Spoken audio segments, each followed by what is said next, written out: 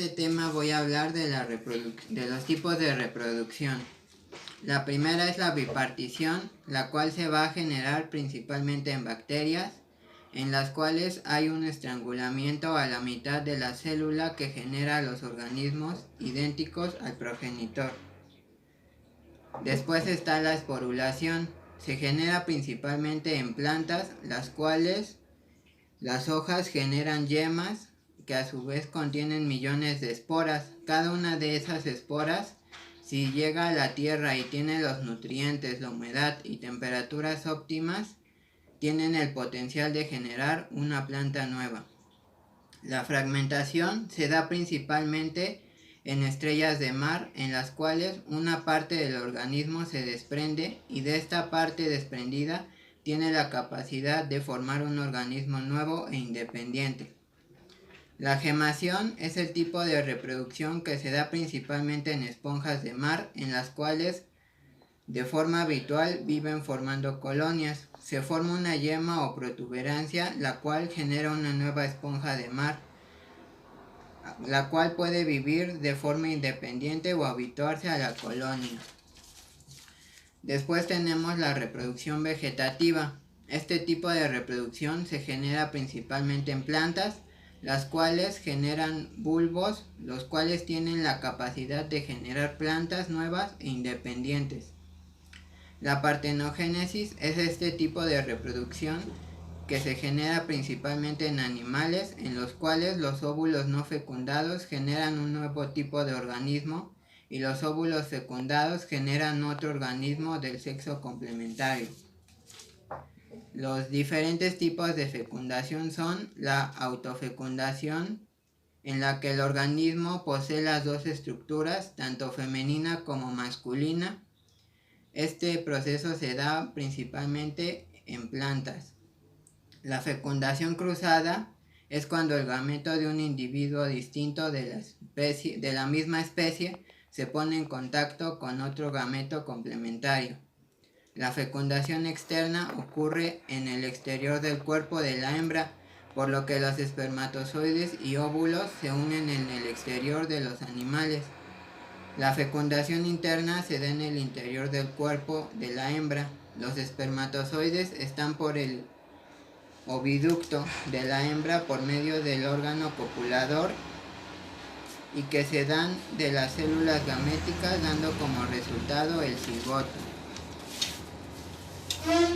Luego tenemos que existen dos diferentes tipos de reproducción sexual: la reproducción sexual y la reproducción asexual. Las ventajas de la reproducción sexual es que hay variabilidad genética y altas tasas de evolución. Sus desventajas son un alto gasto energético, un número de individuos reducido y un requerimiento de dos individuos distintos. En la reproducción asexual, las ventajas son que existe un bajo costo energético, un número de individuos es alto y requiere un solo individuo. Las desventajas es que no existe variabilidad genética y no hay muchas tasas de evolución. Ahora voy a hablar de los métodos anticonceptivos. Este tipo de métodos nos permiten controlar la concepción y por ende la natalidad. Asimismo, solo algunos de ellos nos permiten cuidar enfermedades de transmisión sexual. Los métodos anticonceptivos se dividen en naturales, químicos y quirúrgicos. Los naturales tienen un 50% de efectividad y no evita que contraigas infecciones de transmisión sexual. Entre ellos está el método del calendario.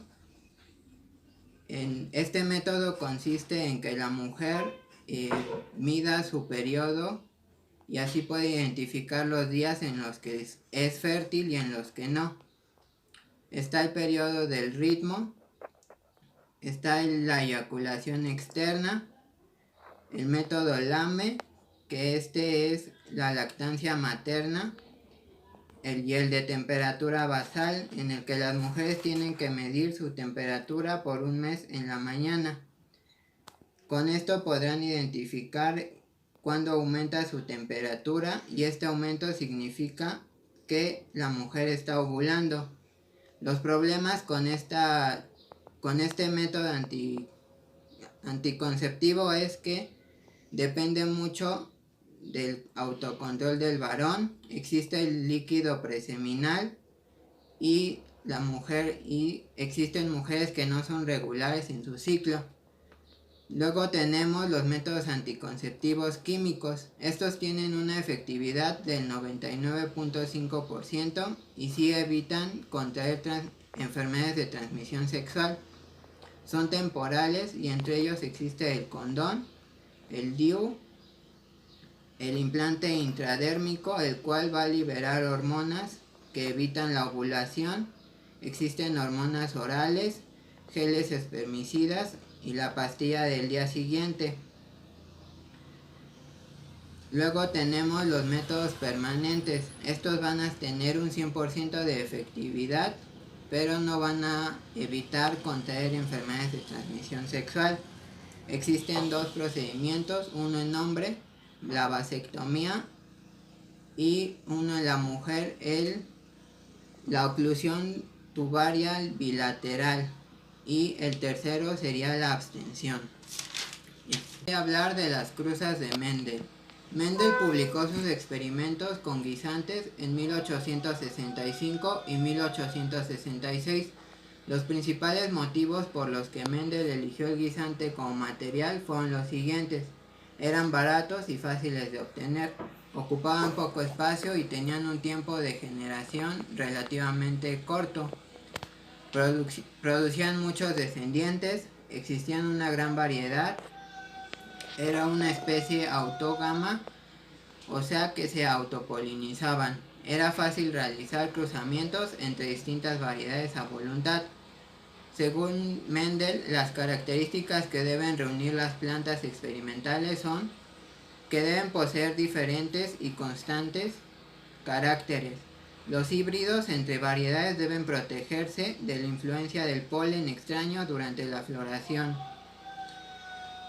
Los caracteres que analizó Mendel fueron la forma de la semilla, lisa o rugosa, color de la semilla, amarillo o verde, color de la flor, púrpura o blanco, forma de las legumbres, lisa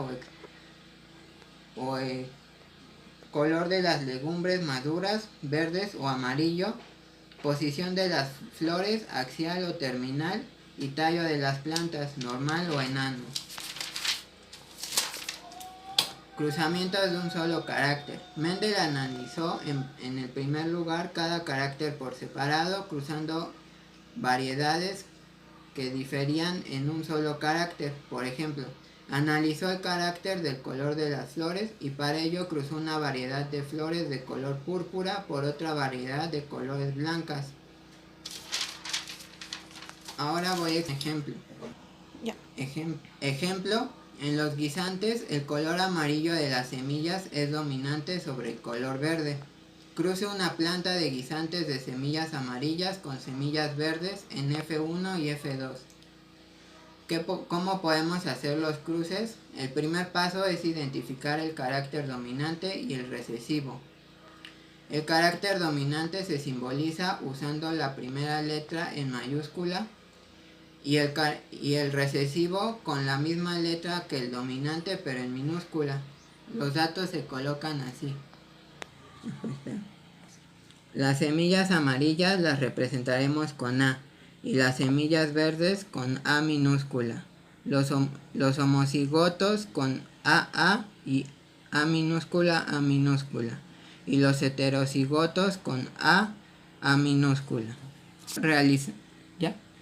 Luego realizamos el cuadro de Punnett poniendo arriba los caracteres dominantes y abajo los caracteres recesivos y los combinamos, quedándonos como resultado un fenotipo 100% planta de guisante amarilla con una proporción 4:4, un genotipo 100% individuos heterocigotos con una proporción 4:4. Luego para F2 vamos a combinar F1 por F1. Realizamos el cuadro de Punnett poniendo F1 arriba y F1 abajo. Los resultados serían un fenotipo 75% plantas de guisantes con semilla amarilla, un 25% plantas de guisantes con semilla verde y la proporción sería 3:1. El genotipo sería 50% en individuos heterocigotos y un 50% individuos homocigotos, estos dividiéndose en un 25% dominantes y un 25% recesivos, quedando una proporción 2:2.